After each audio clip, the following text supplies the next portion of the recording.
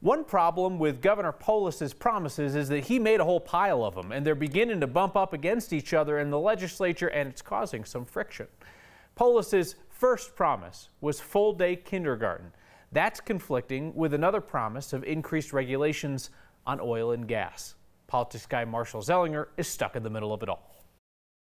We get it. Colorado is rolling in the green, at least right now, according to the update the state's budget committee just got on the state's piggy bank. There's another $29.6 million available in the general fund. But beyond 2020, the outlook isn't so rosy. We have also seen home price appreciation slow in the state of Colorado.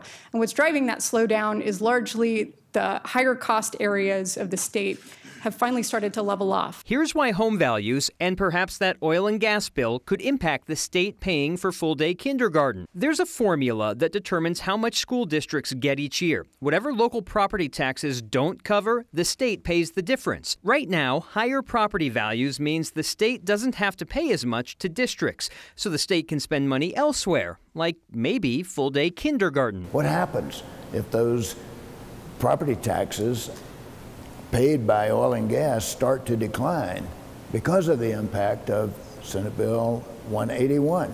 You can't put that much new regulation on an industry and expect it to remain constant. Republican Senator Bob Rankin doesn't want to approve the $227 million for full-day kindergarten this year if the state may have trouble finding the money in later years. I don't think we're going to have less production, but oil and gas revenues, as we all know, are volatile. As we highlighted yesterday, even Democrats are cautious about fulfilling Polis's promise on kindergarten on year one. We need to take pause on, very large fiscal commitments to the state budget.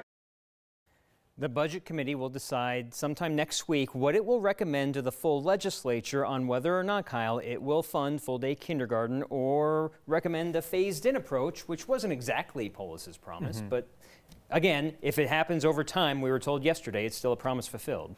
And we see this every single legislative session. There are always competing priorities, but this year the squeeze is really on because you have a lot of expensive promises being made and the potential for that reduction in revenue. And the fact that it has to be paid that same amount or more every year. Yeah. All right, Marshall, thank you very much.